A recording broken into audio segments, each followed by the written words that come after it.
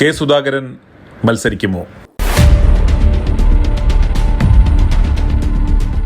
Party തീരുമാനിക്കണം. Party തീരുമാനിച്ചാൽ ഞാൻ മത്സരിക്കും, ഇല്ലെങ്കിൽ മത്സരിക്കില്ല. താല്പര്യം അറിയിച്ചിട്ടില്ല.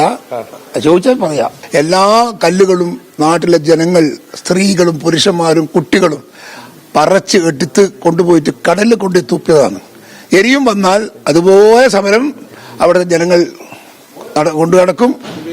ഒരു കാരണവശാലും ആ പ്രദേശത്ത്, അത് നിങ്ങൾക്കതിന്റെ ഗൗരവം അറിയില്ല, ഞാൻ ആ ഭാഗത്തുള്ള ആളാണ്. ഇത് വന്നാലുണ്ടാകാവുന്ന പ്രയാസം ജനങ്ങൾക്ക് ചെറുതല്ല. വരുന്ന നിയമസഭാ തെരഞ്ഞെടുപ്പിൽ കെ സുധാകരൻ മത്സരിക്കുമോ എന്ന ചോദ്യത്തിന് അദ്ദേഹത്തിന്റെ മറുപടി കേൾക്കുക.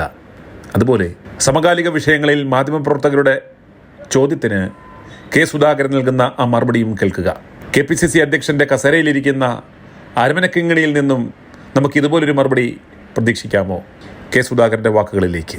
കണ്ണൂര് മത്സരിക്കുന്നുണ്ടോ? അത് പാർട്ടിയില്ല പറയേണ്ടതിന്. ഞാൻ മത്സരിക്കുന്നു പറയുന്നത് എങ്ങനെയാ? പാർട്ടി തീരുമാനിക്കണം. പാർട്ടി തീരുമാനിച്ചാൽ ഞാൻ മത്സരിക്കും, ഇല്ലെങ്കിൽ മത്സരിക്കില്ല. താല്പര്യം അറിയിച്ചിട്ടില്ല. ചോദിച്ചാൽ പറയാം. അത്രയല്ല പറയാം. ചോദിക്കുന്ന വിചാരിക്കുന്നു.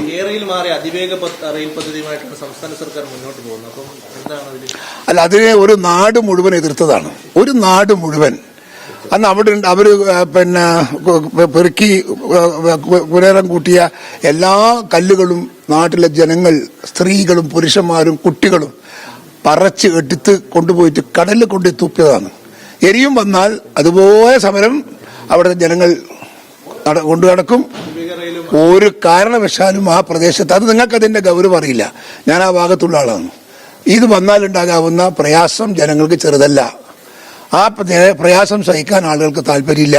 അതിന് മാത്രമുള്ള ഗുണം അതുകൊണ്ട് കിട്ടുന്നില്ല.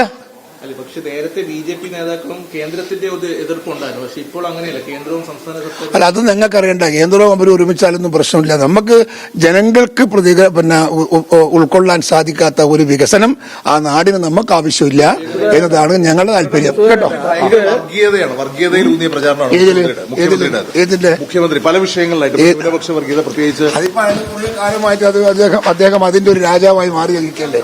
ആദ്യമായിട്ടാണ് ഇന്ത്യയിലെ കേരളത്തിന്റെ ഒരു കമ്മ്യൂണിസ്റ്റ് പാർട്ടിയുടെ നേതാവ് ഇതുപോലെ ഒരു വർഗീയ കക്ഷിയായി, വർഗീയ താല്പര്യത്തിന്റെ വക്താക്കളായി മാറിക്കൊണ്ടിരിക്കുന്നത്. ആദ്യത്തെ സംഭവമാണ്. എത്ര കമ്മ്യൂണിസ്റ്റ് നേതാക്കന്മാരെ കണ്ടിട്ടുണ്ട്? ആരെങ്കിലും ഇതുപോലെ കണ്ടിട്ടുണ്ടോ? പിണറായി വിജയനല്ലേ അതിനെല്ലാം എല്ലാത്തിനും ചുക്കാൻ പിടിക്കുന്നത്. അല്ല, അതൊന്നും ഇവിടെ ഈ രാജ്യത്ത് ഇപ്പം പ്രശ്നമില്ല, ഒരു പ്രോബ്ലവും ഇല്ല. അതൊക്കെ അന്വേഷിക്കുന്ന കൂട്ടർ അന്വേഷിക്കട്ടെ. കേട്ടോ. i2i News, an eye for truth. i2i News subscribe ചെയ്തിട്ടില്ലാത്തവർ ഇപ്പോൾ തന്നെ സബ്സ്ക്രൈബ് ചെയ്യുക.